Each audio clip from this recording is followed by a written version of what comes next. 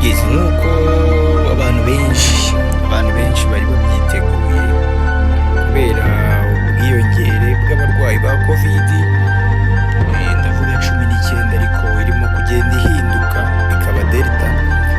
Abantu benshi mu mujyi wa Kigali bari biteguye ko bishobora guhinduka wa mugani nk'uko twari tubyiteze, bikaba byazamo guma mu rugo, dore ko n'ubundi twari turi muri guma mu karere.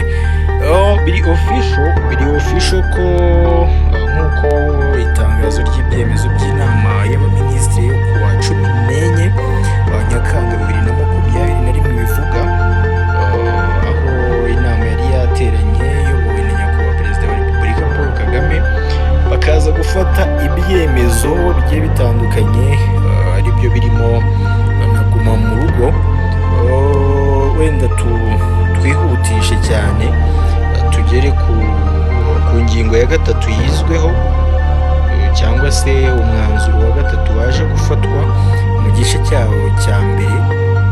Kiravuga ngo kubera ubwiyongere budasanzwe bwa covid-19 mu mujyi wa Kigali no mu turere twa Burera, Gicumbi, Kamonyi, Musanze, Nyagatare na Rubavu, Rwamagana ndetse na Rutsiro, hafashwe icyemezo cyo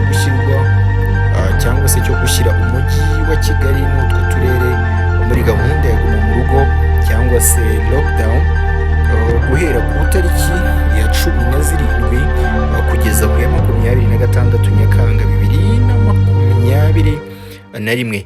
Leta igahita isaba abanyarwanda bose kugabanya ku buryo bushoboka impamvu zatuma bahura, bagakora ingendo mu gihe gikenewe gusa.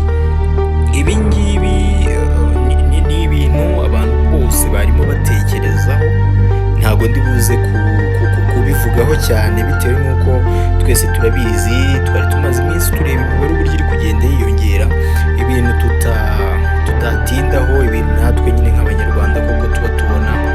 Ikintu navuga, reka twirinde, tugabanye ingendo, umugani n'ibindi byose. Guma mu karere cyangwa se guma mu rugo yacu tuzayisoze wenda imibare yaragabanutse. Ibihe byiza, Isaac Ishimwe.